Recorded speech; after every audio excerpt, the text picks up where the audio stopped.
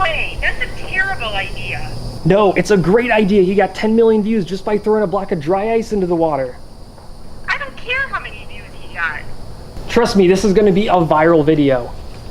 Kevin, the answer is no. You are not setting the pool on fire.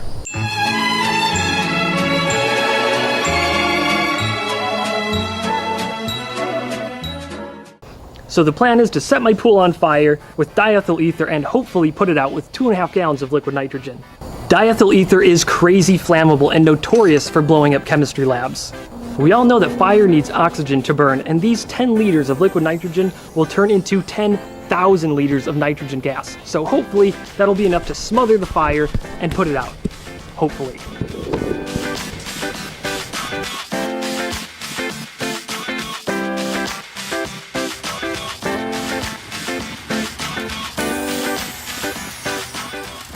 Two and a half gallons of liquid nitrogen. All right, here we go. 3, 2, 1.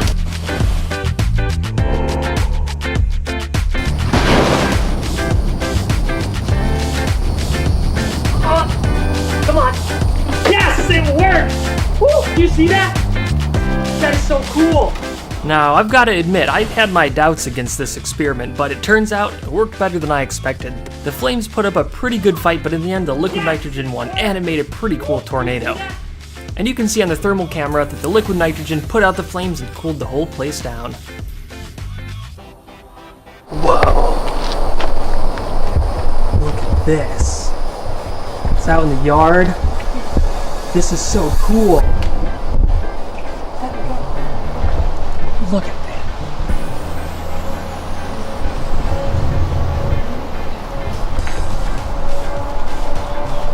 Oh, that looks like a different planet. What do you think about that? Awesome? That was awesome. That was cool.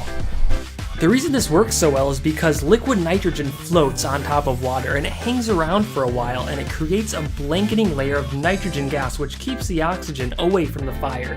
And it looks really cool floating on top of the water and skidding across like that. It was so cool that this dragonfly had to come check it out.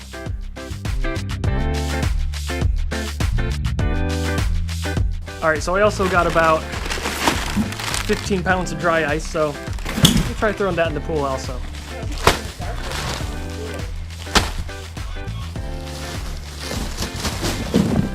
Three, two, one.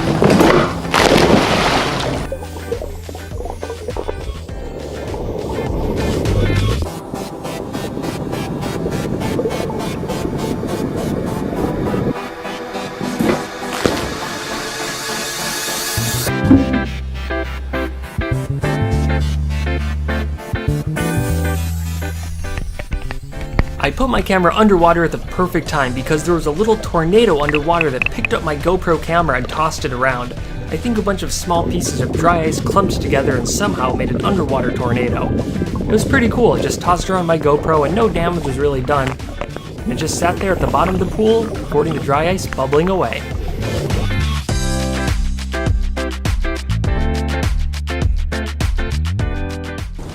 Alright, now we're going to see if the dry ice can put out the diethyl ether. It worked out perfectly. The bubbles of dry ice formed a blanketing layer of carbon dioxide on top of the pool, which put out the fire pretty much immediately. Now, I should have stopped there, but I did this again and kind of ended up catching my hand on fire a little bit. Good thing I was next to a pool because that would have hurt if I left it on fire. Anyway, everything turned out alright in the end. Alright, check back next week for another episode of The Backyard Scientist, where having fun is the #1 priority. Did you just set the pool on fire?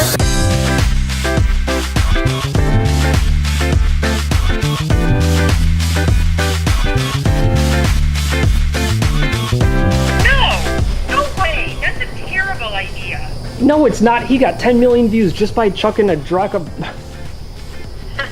I've got to wait. There's a bee making a noise. What are you talking about? It's a great idea. He got 10 million views just by throwing a... Again. Sorry, Duffy just jumped up. Alright, say I don't care how many views he got. and it made like a tornado of smoke. What? Yeah, it was pretty cool. When was this? Like 5 minutes ago? Yeah, like 5 minutes. You didn't see the fire. It was like almost to the top. Walked out here. Oh man, I'm gonna post it tomorrow.